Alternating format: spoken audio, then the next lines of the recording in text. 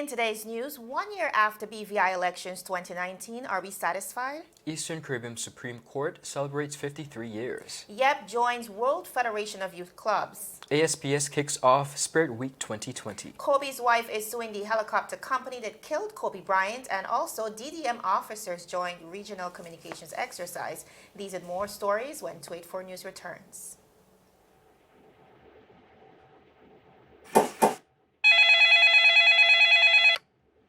Hello, good afternoon. Thank you for calling CCT. Trumpet speaking. How can I help? Well, so February is the month of love. Yes, and we all love data. And because we love you so much, yes, we decided to give double data. But wait, let me slow it down for you. Follow my voice. Activate any hero plan, double data. Activate any 2 gig plan, double data. It don't stop there. Pay your bill before February 12th and have a chance to win a lunch or dinner for 2. Yes, I said it. For 2. Double the data and double the fun when you fall in love with our deals for the month of February. Activate a hero plan or 2 GB data plan and get double data. That's enough for you and your boo or your crew. And don't miss out on the chance to win lunch or dinner for 2 if you pay your bill before February 12th. Activate any hero plan or 2 GB data plan. Come enjoy the month of love on us. Thank you for calling CCT. Have a blessed day.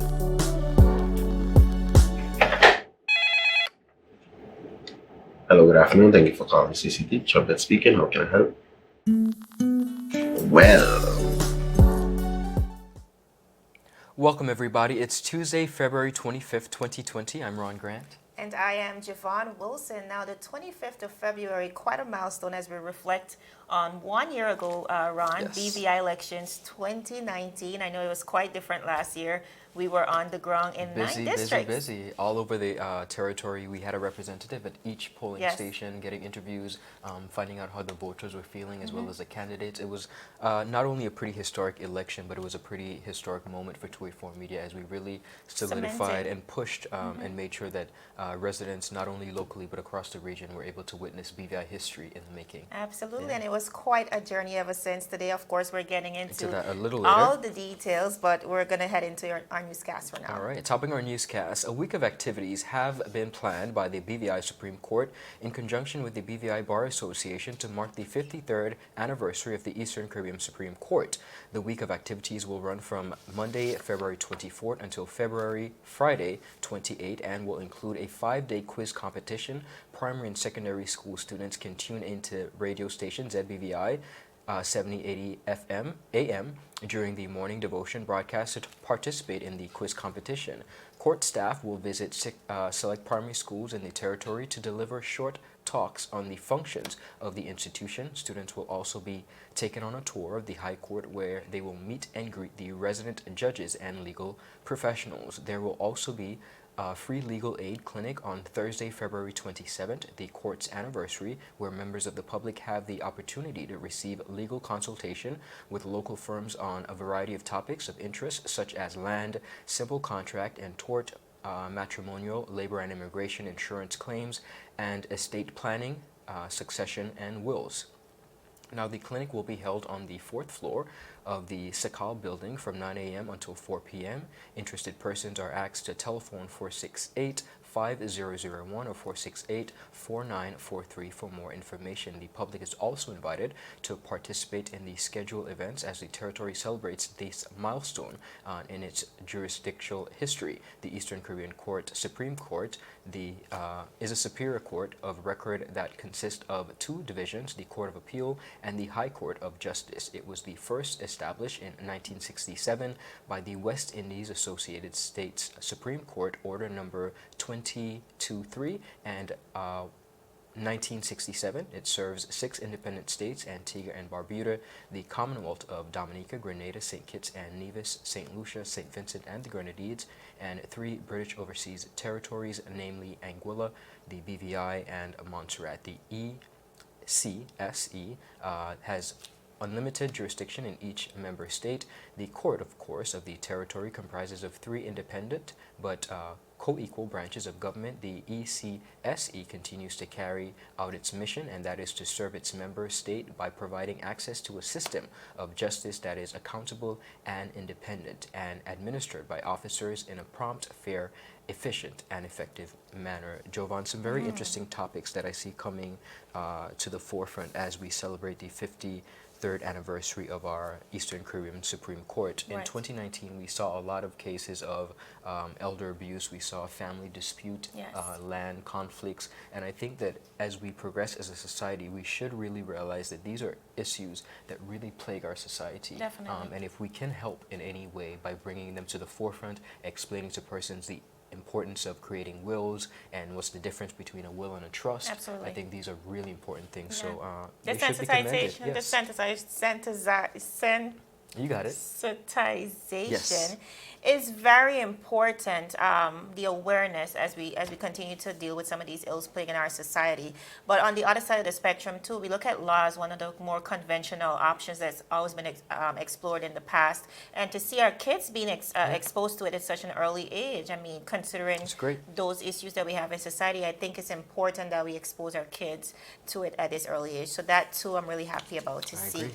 Viewers, we are moving right along. Like we did mention, today we are taking a trip down memory lane. Just a year ago, after months of campaigning and delivering a promising manifesto, the Virgin Islands Party secured an 8-seat win in the 2019 general elections.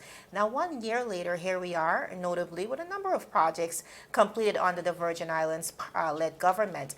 And while yet some are duly satisfied. Others question whether the party lived up to expectations. Now, Ron, we had the 100 Days in Office review, of course, and now we see another milestone to reflect on performance. And, of course, to hold the government of the Virgin Islands accountable in ensuring that we deliver to the people. Now, without a doubt, the government has delivered in some regard. I think we can all agree on that. Indeed. We can examine the Elmer Stout High School building that was renamed as well as partially refurbished to welcome back our students in a comfortable environment, of course, conducive for effective learning. After nearly 2 years of being closed to public ferries, the West End Ferry Terminal was also repaired and reopened. Just late last year, we saw large commercial flights touching down right here in the British Virgin Islands, which for me really speaks to the prospects, Ron, of expansion and our tourism industry. Absolutely. We see Cabinet unconventionally being hosted in the sister islands. Remarkable. I yes, love that. Yeah. Rotational ministers as well, as when you look at the deputy Very premiership. different, yeah. Different and very deliberate, according to the premier, as he exercises unconventional leadership. The most controversial, as we can all remember, is the fast-track regularization initiative that saw the premier and his government granting residency and belonger status to an estimated 1,500 expatriates who had been in the BVI for stipulated 20-plus years. And of course, recently too, we see many contracts being signed at HLSCC, most notably the Marine Studies Program, Ron, and then most recently, we saw the solar energy training agreement being signed off. Yes. And just last week, of course, we witnessed the opening of the Nurse Iris O'Neill Clinic in Virgin Gorda. Now, Ron, the premier commonly chants promises made, promises kept, and promises delivered. But I'm curious to know if the people are truly satisfied with the deliverables over the last Which is the year most in office. important. Well, we did take a poll. Yes. We did a poll on our site, and we have not actually reviewed, but I think so far, the people of the Virgin Islands seem to be in favor. Yes. Based on our polls, About they seem to be in 2/3 of favor the voters. of the most recent administration, the Foy-led administration. There are a couple things that we need to look at, notably, of course, Jovan, in any democratic society, we can't please everyone. There are going Absolutely. to be some faults, there are going to be some glitches, but at the end of the day, I think the people generally like to see government officials making an effort. They like to see them being on the floor and interactive. They also like to see them involving the general public in community awareness campaigns and meetings. Now, whether or not they listen to the people when they have these community meetings The are different consultation is things. important. However, but it is important that they feel involved, and I think this administration so far have done a remarkable job in seemingly sticking to the ground and keeping the people informed. Now, to be honest with you, we do have a lot of promises, like everything else. There are a lot of Yes. promises, and it's just the first year, so we have a lot more to see come to fruition. But you touched on some very important things, Yes. Jovan, in your story. You mentioned the ESHS wall and the revitalization of that structure, which was Yes. very important in getting our students Back back to to school. a full day service. We also have to look at the fact that those buildings or that particular institution is still not properly furnished. Yes. At the end of the day, I think when we look at a government's their ability to do well or not do so well, one word comes to mind, and it's simply priority. It's simply what they choose to Yes. prioritize. Right. And there are a couple things that this recent administration have chosen to prioritize.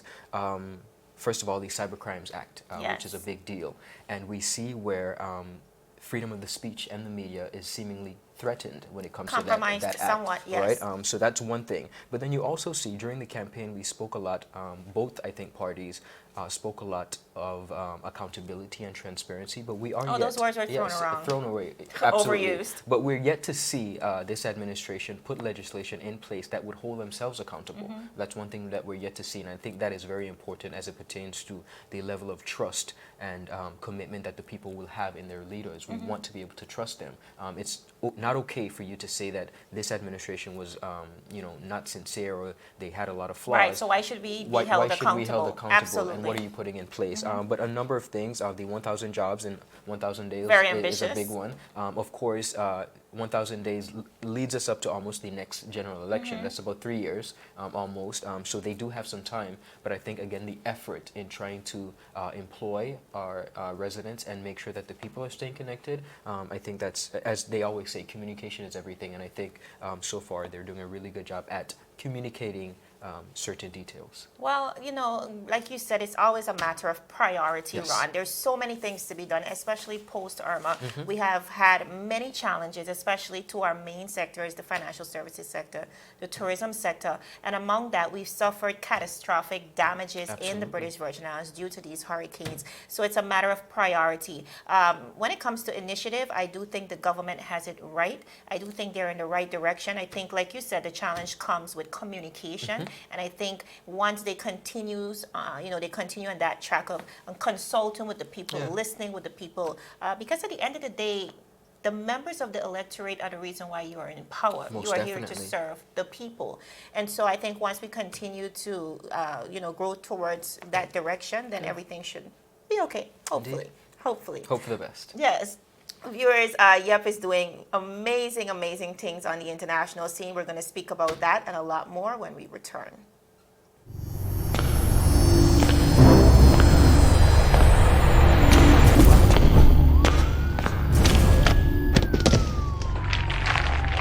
What you really running for, boss?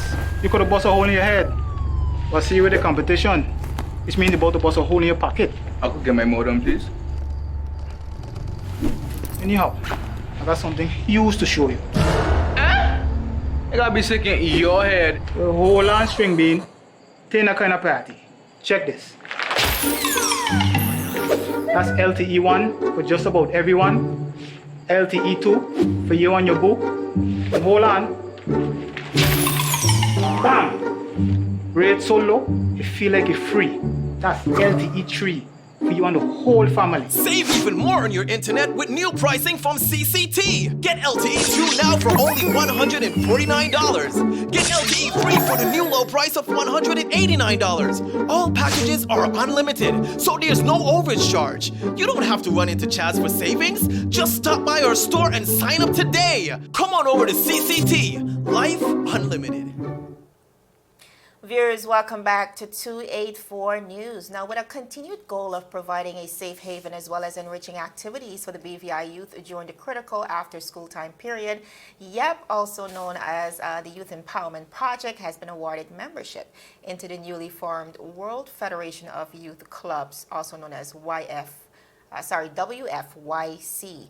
Now, the WFYC has organizations in over 24 countries with over 3,160 clubs that serve over 336,754 youth across the world, and will hopefully foster YEP's growth and development. Its relationship with clubs throughout the globe will attract great opportunities for youths right here in the British Virgin Islands. Now, after attending the first annual WTFYC in Orlando, Florida this month, that is YEP's executive director, Mr. Stacy Matha, he expressed his gratitude and their commitment to youths worldwide.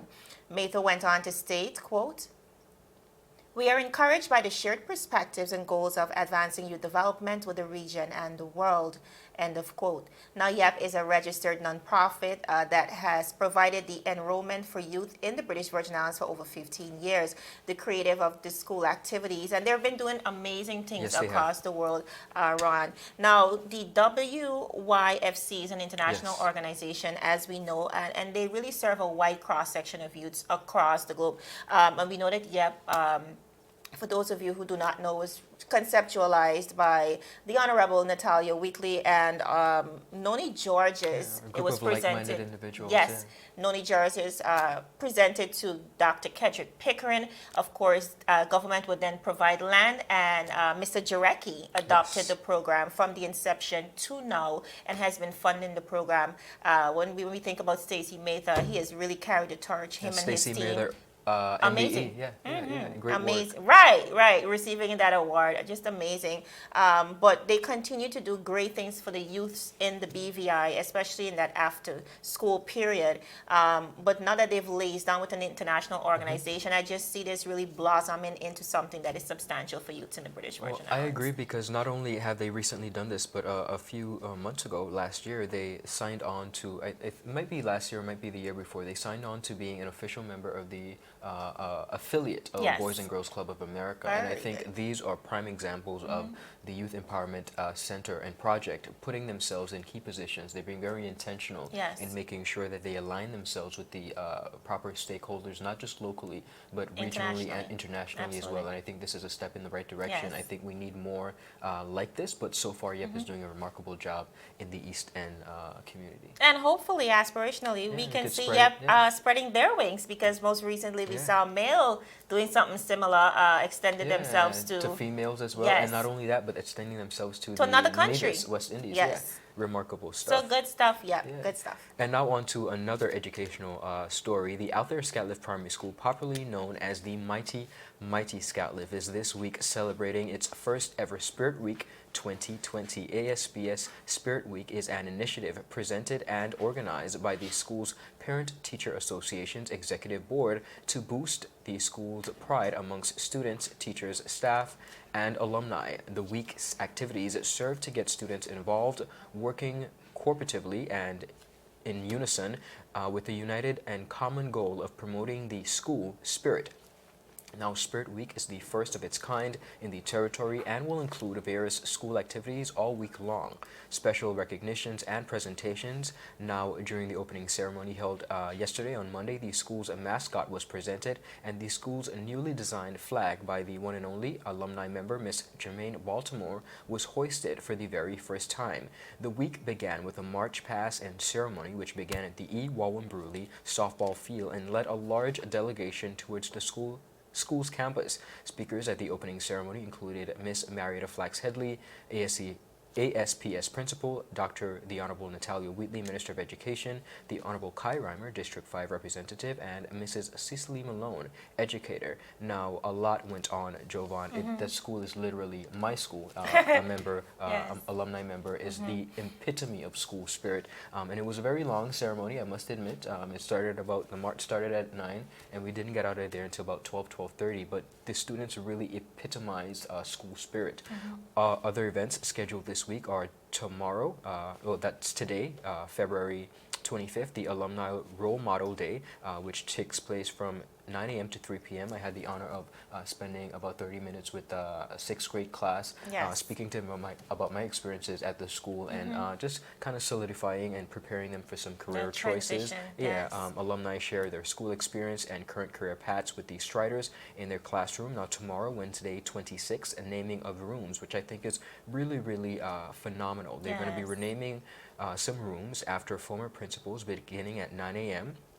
These designated rooms throughout the school will be officially named in honor of former stalwart principals such as the one and only Mr. Obed Malone, Mrs. Eugenie Glasgow, Mrs. Curlin Letsom, Mr. Gordon Callender, and on Thursday, February 27th, a fun-filled Teacher Throwback Day is planned where Strider teachers dress as students. And then on Friday, to conclude the week of events, a fun-filled Pink Day is planned, where teachers and students have a free dress day and all striders dress in pink. A prize will be given for the class with the most pink. All alumni and supporters are encouraged to dress in pink as well and post photos to social media using the hashtag #WeAreMighty. Well, ladies and gentlemen, we are mighty. I am proud to be a 2001 graduate of the Althus I Scatliff can Primary see that. School. That's, I mean, if you go to Althus Scatliff, you have to have school pride. Yes. And it's always a level of competition when it comes to sports. But when you see how far the school has come, and you see literally students just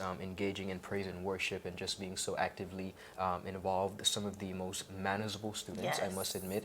And one of the most beautiful things I like about this institution is the fact that it is the largest private largest public Yes, right. primary school, but it really touches from all districts. Every child is represented from District 1 to District 9. So the principal in her comments said, you know, when you're giving, ministers of government, when you're giving, you got to remember that we represent all 9 districts. So, Right. you know, we need a little We bit need a- more. we need a little Yeah, extra. yeah, just a little Absolutely. bit. But it's quite a phenomenal event. Definitely, and quite a week, Yes. dynamic, diverse week of activities. Of course, 284 Media will be on the ground to Yes. capture And all if the you festivities. missed, if you missed, ladies and gentlemen, the live coverage of the march and the opening ceremony, as well as the hoisting of the flag, be sure to check out our Facebook page. Yes. We have all of that live coverage. Now, still ahead, DDM offers they join the regional communications exercise, and Vanessa Bryant, the widow of Kobe Bryant, is suing the helicopter company that killed her husband, her daughter, and 7 others. All this and more when 284 News returns. Is business slow? Cash flow down? Hosting an upcoming event? We can help. Advertise with 284 Media and take your business or event to the next level by enhancing your present marketing and messaging strategies. Allow our team of experts to create a personalized ad that sets your business apart from all the rest. This could be your business or event. So, what are you waiting for? Contact our marketing team at 284media at cctbvi.com. Advertising with us works. When you need to stay connected with friends and families at home or abroad, the best choice for you is Freedom.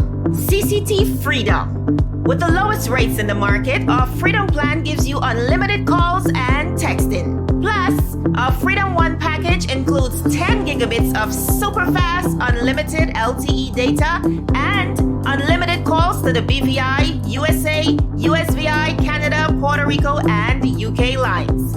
Why pay for overages when you can enjoy CCT Freedom? Stop by at one of our stores today and speak with one of our representatives to find out more about our CCT Freedom packages. Viewers, if you're now joining us, this is 284 News. Now, we're following some troubling headlines on the international scene. We see Vanessa Bryant, the wife, of course, the widow of the late Kobe Bryant, she is filing a wrongful death suit against Island Express, the company that owned the doomed helicopter that crashed on January 26th, killing her husband, Kobe Bryant, their 13-year-old daughter, Gianna, and 7 others who were traveling to the Mamba Academy in California.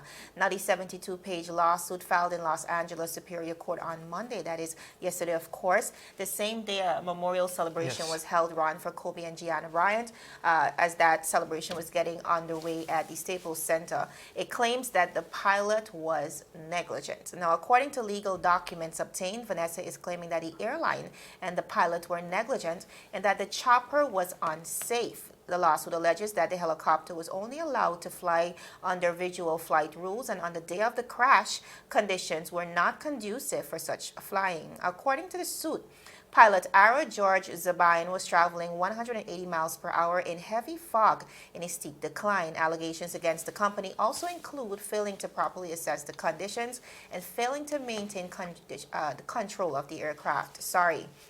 Now, Ms. Jennifer Homendi, a police official, said, quote, "We are not just focusing on the weather here. We are taking a broad look at everything around the investigation and around that incident. So ultimately, we have to look at man, machine, and the environment."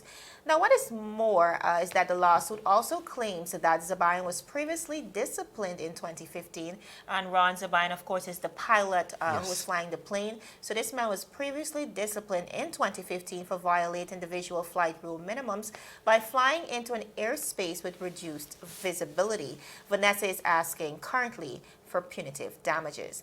Now, viewers, for those of you who may not be aware, Kobe's helicopter appeared to encounter weather issues around the Los Angeles Zoo, circling the area at least 6 times at a low altitude, perhaps waiting for the fog to clear. It was reported that the pilot contacted the control center at Burbank Airport at around 9:30 a.m. and roughly 10 minutes later they encountered heavy fog as they traveled up north.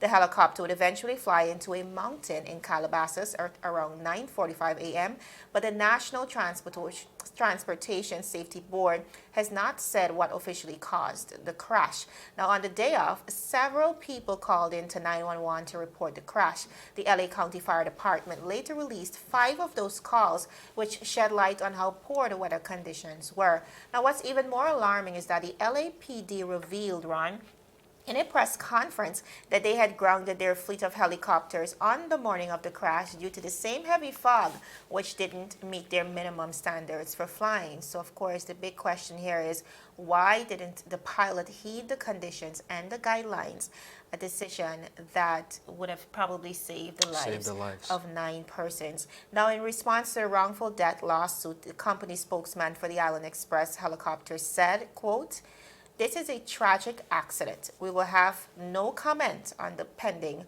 litigation," end of quote. Now again, Ron, this was all revealed yesterday, of course, the same day as Kobe's memorial. That saw performances by Beyonce. We had Alicia Keys and Christina Aguilera, of course, who provided uplifting moments between the emotionally powerful speakers that included WNBA player Diana Taurasi, Oregon's Sabrina Ionescu, and NBA legend Michael Jordan and Shaquille O'Neal. Maybe, perhaps the most surprising speaker was Brian's wife, Vanessa, who shared personal memories of both her daughter and her husband.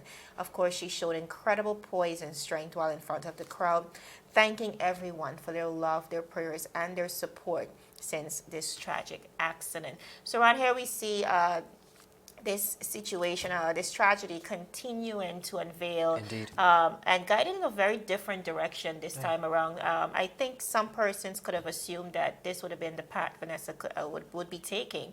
But it's definitely, it's still disheartening to watch as persons continue to mourn his life. Well, I think at the end of the scenario, Jovan, it's just like you said, family and friends, the world in unison is still mourning, so there can never be an appropriate time, but just like you said, sometimes it seems like the natural way of things to investigate and see what happens, and of course we're going to continue to follow this story, and our hearts and prayers continue to go out to the one and only Kobe Bryant's family, loved ones all over the world still mourning. Yes. Officers from the Department of Disaster Management joined their counterparts around the Caribbean for Region RAP 2020, an annual telecommunications exercise. DDM Emergency Communications Manager Jason Penn said the exercise was designed to strengthen communication between the 8 Caribbean disaster emergency management agencies, participating states, and partner agencies. He said the exercise was fruitful, allowing local and regional partners to test traditional as well as more contemporary communication channels. He said, and I quote, "It was a very comprehensive exercise. We are able to test all the methods we would use to keep in touch with the CDEMA coordinating unit during an emergency, including our satellite phones and high-frequency radios used by amateur radio operators, but also our more useful communication methods such as landline phone, email, WhatsApp, and social media." Now, the communications manager said that in addition to connecting with regional partners, participating in the exercise highlighted areas where local communications can be streamlined for greater efficiency. CDEMA Executive Director Ronald Jackson said after the exercise that regional standard operating procedures will be updated to reflect lessons learned. Mr. Jackson said, and I quote, "The success of today's exercise is a testament to the joint efforts with our partners in ensuring emergency telecommunications capabilities are tested across the CDEMA system. Today's exercise demonstrated our commitment to strengthening emergency telecommunication systems at both national and, of course, regional levels. The next regional exercise takes place on March 19, when the Virgin Islands will join other Caribbean states for Carib Wave 2020, which we spoke about a few weeks ago. Yes. An earthquake and tsunami exercise. Residents and businesses can register to participate in Caribbean Wave online at www.surveymonkey.com. Quite an important role, Jovan, as we see ourselves continually trying to be as prepared as possible, because we really don't know what direction our natural disasters will take. But the most concise method is to just be preventative, and I love the fact that we're neighboring and really collaborating with regional agencies to make sure that our systems are strong here in the Virgin Islands. Because a lot of the times we don't necessarily need to reinvent the wheel, Ron. We can course. absolutely Yeah, learn from yeah. each other. And like you said, being in a state of readiness is key, preparedness is key, and knowing how to respond in times Yes. of disaster. So I really do think that DDM is on the right track. I know they've been embarking on quite a number of initiatives to strengthen their department and, of course, kind of calm the fears that we Yes, experience yes, here yeah. in the British A lot of Virgin paranoia Islands. sometimes, Yes. All right, viewers, that is it for today's news roundup. Be sure to follow us for daily news updates at 284media.com. And of course, like us on Facebook at 284media and 284BVI.